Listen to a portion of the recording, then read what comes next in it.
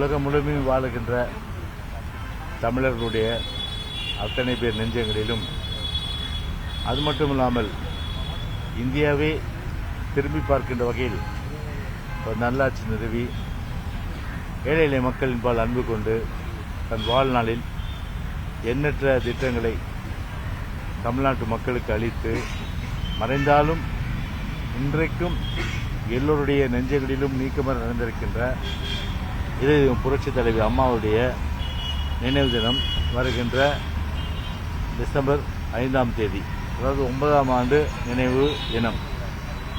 இந்த நினைவு தினத்தை முன்னிட்டு கழக பொதுச் செயலாளருடைய தலைமையில் காலை 9:30 மணியிலிருந்து 11 மணி வரை அவர் நினைவை போற்றுகின்ற வகையில் நினைவு தினம் அனுசரிக்கின்ற ஒரு சூழ்நிலையில், அன்றைக்கு உறுதிமொழியும் எடுக்க இருக்கின்ற ஒரு நிலையில் அதற்கான அனுமதியும் பாதுகாப்பும் வழங்க கோரி மாநகர ஆணையரிடத்திலே அதற்கான கடிதம் கொடுக்கப்பட்டது. அவர்களும் வழக்கம் போல தேவையான நடவடிக்கைகள் நிச்சயமாக எடுப்பதாக உறுதி கூறியுள்ளார்கள். எனவே இது புரட்சித் தலைவி அம்மாவுடைய அந்த நினைவு தினம் ஒரு மிக பெரும் ஒரு எழுச்சியோடு அம்மாவுக்கு நினைவு செலுத்துகின்ற வகையிலே கோடான கோடி அனைத்து இந்திய அண்ணா திராவிட முன்னேற்ற கழக தொண்டர்கள் அம்மாவுடைய நினைவிடத்திலே 5ஆம் தேதி அன்று கூட இருக்கின்றார்கள் என்று தெரிவித்துக் கொள்கின்றேன். நேற்று செங்கோட்டையன் அவர்கள் தாவேகளை இணைந்திருக்காரு. இல்லை, எங்கிருந்தா அடுத்தடுத்து சேர போறாங்க, நீங்க கூட அதை பட்டியல் அது சிரிப்பு தான் வருது எனக்கு, இல்லையா?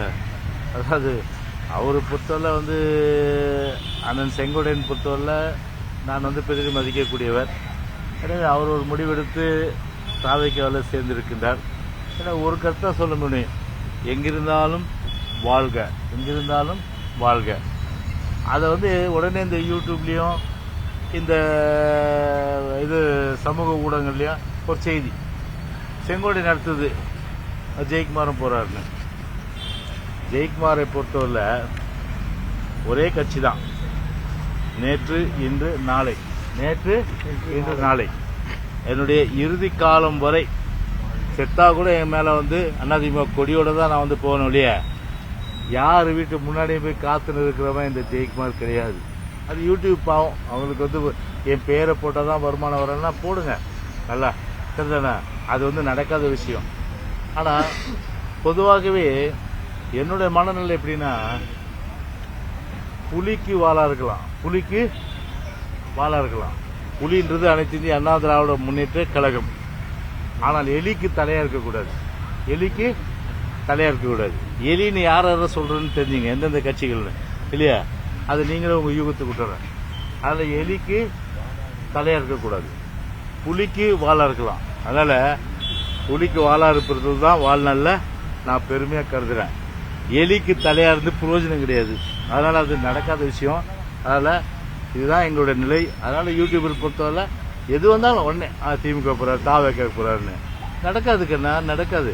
நீ எழுதிட்டே இருக்க வேண்டியதான். அவன் கை வலிக்கு எழுது. நீ யூடியூப்ல போனா பேசுனா பேசுங்க, ட்விட்டர்ல போடுறதா போடுங்க, ஐ டோன்ட் கேர். எனக்கு அதை பத்தி கவலை இல்லை. அதான் சொல்றேனே, வாழ்நாள் முழுவதும் நேற்று சரி இன்னும் நாளைக்கு சரி ஒரே இயக்கம், புரட்சி தலைவர் புரட்சி தலைவி அம்மா அவர்கள் கண்டெடுத்து உருவாக்கிய இந்த மாபெரும் இயக்கத்தில் இருப்பதை தான் நான் வாழ்நாளில் பெருமைய. எவ்வளோ பெரிய பெருமை நமக்கு கட்சி கொடுத்துருக்கு. யாருக்காவது கிடைச்சிருக்குமா அந்த பெருமை சொல்லுங்க?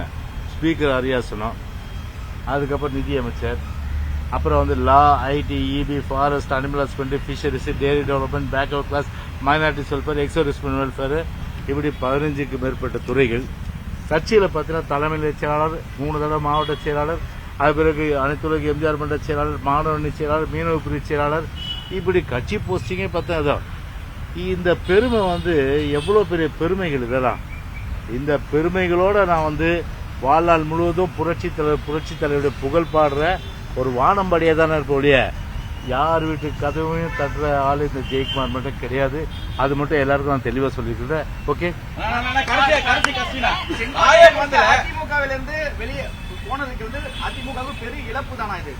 இல்லைங்க, இது மிகப்பெரிய இயக்கங்க. இது மிகப்பெரிய இயக்கம். அதாவது கிட்டத்தட்ட 2 கோடிக்கு மேற்பட்ட தொண்டர்கள் கொண்டிருக்கிற இயக்கம். தொண்டர்களை உருவாக்க முடியாது, ஆனா தலைவர்களை உருவாக்கிடலாம். அடுத்தது 2026 மாபெரும் புரட்சி உண்டாகி யாரு இல்ல அவரு அங்க போய் சேர்ந்திருக்காரு. அதனால வந்து அண்ணன் அப்படிதானே சொல்ல முடியும். அதனால தான் அண்ணன் அப்படி சொல்றாரு. அது ராயபுரத்துல கடந்த முறை வந்து சிறுபான்மையினர் வாக்குகள் பெற முடியாத சூழ்நிலை தான் வெற்றி வாய்ப்பு இழந்தீங்கன்னாலும் திருப்பி பாஜக கூட இல்லைங்க, ஒரு விஷயம் அதையும் தெளிவுபடுத்துறேன். நல்ல கேள்வி கேட்டீங்க கதிரேசன். அதாவது ஒரு விஷயம் தெரிஞ்சீங்க, இந்த தொகுதி மாதிரி இந்த மாதிரி நிற்கிறாள் நான் கிடையாது. எனக்கு 25 வருஷம் அங்கீகாரம் கொடுத்த ஒரே தொகுதி ராயபுரம் சட்டமன்றத்துக்கு. அது கூட போடுறான். என்ன போடுறாங்க யூடியூப்லயும் இந்த மாதிரி வேணும்னு தொகுதி மாறான்னு கிடையாது. எதுக்கு தொகுதி மாறினா என்னுடைய தொகுதி மக்கள் தான் இன்னைக்கும் நல்லது கெட்டது நான் போயிட்டு இருக்கேன். அதே போல இன்னைக்கும் பார்த்தோன்னா என்னதான் இன்னைக்கு வந்து முழுமையாக அவங்க வந்து மக்கள் வந்து ஏத்துக்கிறாங்க இன்னைக்கு. அதனால வந்து ஒரு களத்துல வந்து வெற்றி தோல்வின்றது சகஜம். வெற்றி தோல்வி என்பது சகஜம். ஒரு வீரனுக்கு அழகு என்ன? வெற்றி தோல்வி. வெற்றி பெற்றா அது மக்கள் கொடுத்தது, தோல்வி பெற்றாலும் மக்கள் கொடுத்ததுதான். 25 வருஷம் சட்டமன்ற உறுப்பினர் என்னப்பா அழகு பார்த்தாங்க இல்லையா தொகுதி மக்கள் சட்டமன்றத்துக்கு அனுப்பி. அப்படி ஒரு அழகு பார்த்தவர்களை விட்டு நான் ஓட முடியுமா? நானே நிச்சயமா அது ஒருபோதும் அந்த வேலை நடக்காது. சரிதானே? எனக்கு கட்சியை பொறுத்தவரை ராயபுரத்தில் உத்தரவிட்டா அந்த தொகுதி தான் நிற்பன ஒழிய வேற எந்த தொகுதிக்கும் நான் மாற போறது கிடையாது. கட்சி உத்தரவிட்டா ராயபுரம் இல்லையா? அதனால வந்து பதவிக்காக நான் கிடையாது. ஒன்று மட்டும் தெரிஞ்சுங்க, பதவிக்காக நான் கிடையாது. எனக்கு பொறுத்தவரை பார்த்தீங்கன்னா இந்த இயக்கம் நம்முடைய பொன்மனச்செம்மல் புரட்சி தலைவர் ஆரம்பித்த இந்த இயக்கம், அதே போல அம்மா கட்டி காத்த இந்த இயக்கம், அவங்க சொன்னது போல 100 ஆண்டு காலம் தலைக்கும் வளரும் ஓங்கும். அதனால நானும் ஒரு சிறு துரும்பா இருந்து அம்மாவுடைய புரட்சி தலைவருடைய அந்த எண்ணங்களை நிறைவேற்றுகின்ற ஒரு சாதாரண அடிமட்ட தொண்டனா இருந்து நான் செயலாற்றினுடைய பதவிக்காக பல்லிழிக்கிற ஆள் நான் கிடையாது. பணத்துக்காக பல்லிழிக்கிற ஆள் நான் கிடையாது. அது ஜெயக்குமார் கிடையாது. இல்லையே, நீங்க தான் சொன்னல ராயபுரம் தான் கட்சி உத்தரவிட்டா. கட்சி உத்தரவிட்டால் அதான் சொல்றேனே, கட்சி உத்தரவிட்டால் இப்ப நான் வந்து என்னுடைய நிலைப்பாடு என்ன? எனக்கு ஆசை ராயபுரத்து தான் நிக்கணும். கட்சி வந்து ஆமா ராயபுரத்துல நிற்பேன் நான். அதுக்காக வந்து ராயபுரத்தை விட்டு எங்கேயும் ஓட மாட்டேன் நான். அந்த மாதிரி ஏன்னா அதான் சொல்றேனே, ஒரு போர் வீரனுக்கோ இல்ல ஒரு களத்துல வந்து இருக்கிற மாவீரனுக்கோ அவனுக்கு வந்து அழகு என்ன? ஒரு வெற்றி பெறணும், அதான அந்த அழகு, அதுதானே அவனுடைய நோக்கமா இருக்கணும். அந்த நோக்கம்தான், அந்த நோக்கத்தோடு போறது தான் ஒரு மாவீரனுக்கும் ஒரு களத்தில் இருக்கிறவனுக்கு அழகு. அதில் இதோட வந்து இந்த 2 நிலைப்பாடை நான் வந்து சொன்னதுனால இனிமேலாவது பார்த்தீங்கன்னா யூடியூப்ல போடுறத குறைச்சிங்க. இல்லை உங்களுக்கு வருமானம் வந்து எழுதுறதா இருந்தா எழுதினே இருங்க. தொகுதி மாறுறாரு, கட்சி மாறுறாரு, அங்க போறாரு, இங்க போறாரு, எழுதினே இருங்க. I don't care. ஓகே,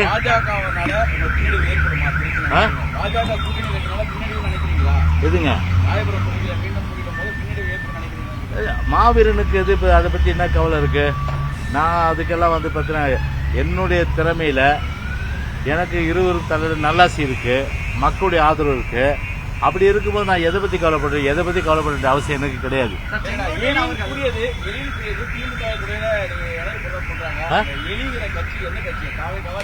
எதுங்க? ஆமா, நீங்க சொன்னீங்கல்ல திமுக தாவேக்கன்னு, அப்படியே வச்சுங்களேன்.